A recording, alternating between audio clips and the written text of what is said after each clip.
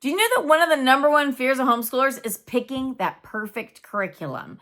The one thing that's going to come in the mail and make all of your worries go away because it has everything all figured out for you. It's planned, it's organized, it's beautiful.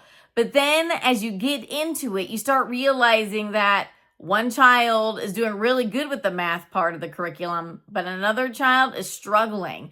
Or maybe you're reading the history and you're finding it's dry and the children don't really enjoy it because it doesn't bring history to life.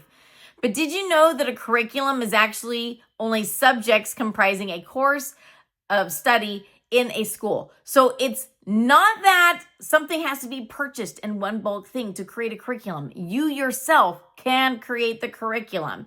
And I know that sounds a little intimidating, but what a lot of people find, and what I've seen over 15 years, different homeschoolers talking to me, is that when they buy a boxed curriculum, often it has that problem where one child likes it, another one doesn't. One part of it is really awesome, but then the rest of it's lackluster.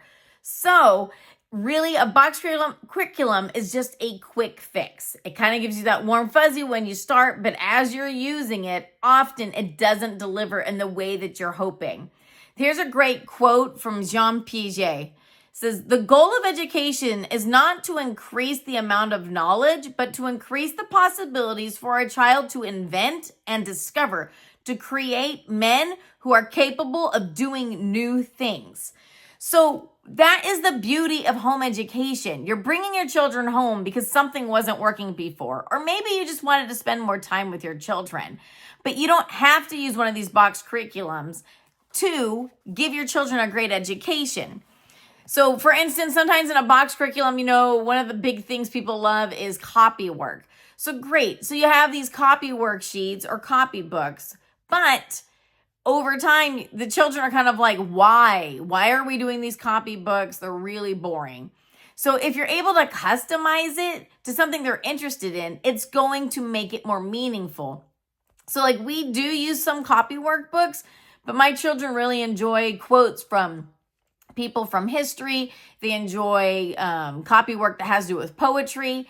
And so I make sure the books that I get are within those interests so that they're also getting more out of it. When it's just, the dog walked across the street, or in January, there's a new year. When it's things like that, children aren't going to be inspired by it because it might as well just be busy work. So make sure if you want to do copy work, then you can customize that. Books that you're reading can also be customized. It can be based on interests at the time. And people are always worried, like, well, what if my children aren't interested in this and that? Then we'll never learn about it. But as your children grow, their interest will change and they will broaden. So you can introduce different books. I've let my children pick books before in the past that are within, say, a really big list of books that I have. But then I also throw in books that I want to read to them. So they still do get a nice broad exposure to literature. So when you're doing your own curriculum, you can choose the books that fit your kids' interest at the time, and they'll be much more interested in what you're reading to them. Same thing with history. If your children are really into a certain war or certain area of the world, there is no reason why you can't just learn about those areas of the world or about those times in history. Maybe your children are really into the time period of Jane Austen and stuff. So you can read books that have to do with that time period. Maybe you have children that are really into war history. Then you can find books on war history. Like my kids love the Hazardous Tales books. And there's even like the Who Was books. Those are amazing books to jump off and be springboards to all sorts of things to learn about. So you can customize the history you're learning about. That goes with everything. So if you customize your own curriculum, you can create anything that you want it to be. Okay. So some realize that customizing their curriculum for their kids is where the real growth comes, is where they really start to enjoy learning because it's things that they want to learn about.